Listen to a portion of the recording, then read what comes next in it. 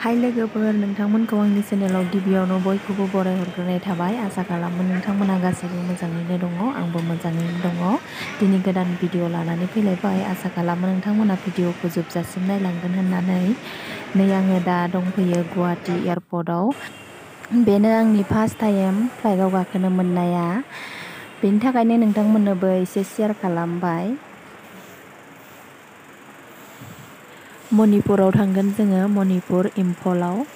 ओमफ्राय आंनि हासबेन्डआ दासान्दि बेयावनो दंथ'यो नालाय, ओमफ्राय आं 6 मान्थनि थाखाय आंनि हासबेन्डजों थाहैफाथ'सिगोन। ओरैनो जायगा नायथावथाव मणिपुर एरिया माबायदि, बिनि थाखाय माने फैफानाय जाबाय आरो हासबेन्डजों। ओरैनोथ' बायजोआव ओंखारफेराखैमोन आङो, ओमफ्राय बेनो फार्स्ट टाइम आरो आंनि हासबेन्डजों थांफानाया। नोंथांमोना आंनि भिडिअखौ मोजां मोनोबा लाइक, कमेन्ट आरो शेयार खालामनानै होदो। लोगोसेनो सोरबाफोर आंनि चेनेलाव गोदानब्ला अननानै आंनि चेनेलखौ साबस्क्राइब खालामनानै होलांदो। थाबैनो 1K साबस्क्राइब जायो जाहाथे।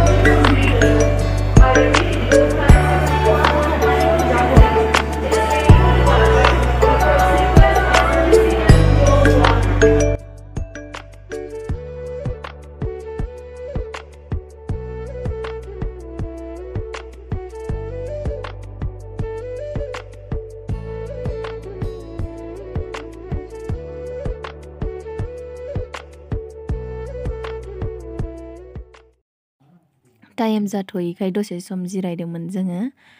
ओमफ्राय दसे थानानै जों हाबबायबो। माने जों गाहायजों हाबनो मोनदियासै, डाइरेक्ट गोजौजोंनो हाबनो मोनबाय। बारा एसेबां माने माबा लानो हादियासै आरो गोजौजों हाबबाय नालाय नुजोबदियासै। गाहायजों हाबनाय मोनबाथाय फुल नुगौमोन। बेयाव फैनासो गरम मोनफैबाय आं एसे। नायलांदो। आंनि गोजान लामा हान्थिनाया बेनो फार्स्ट टाइम नालाय आं ओरैनो भिडिअ'ल' लादो। ओमफ्राय भइस होनो एसे लाजिनाय मोनदो आरो, माने फार्स्ट टाइम नालाय।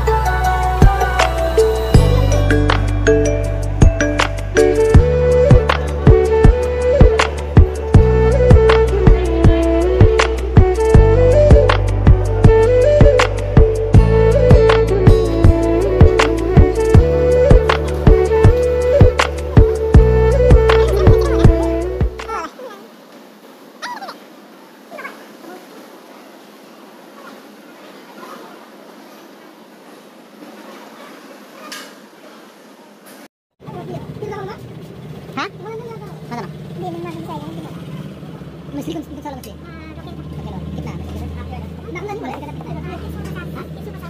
iska sak, oksa ka sak. Saka 160. Same then.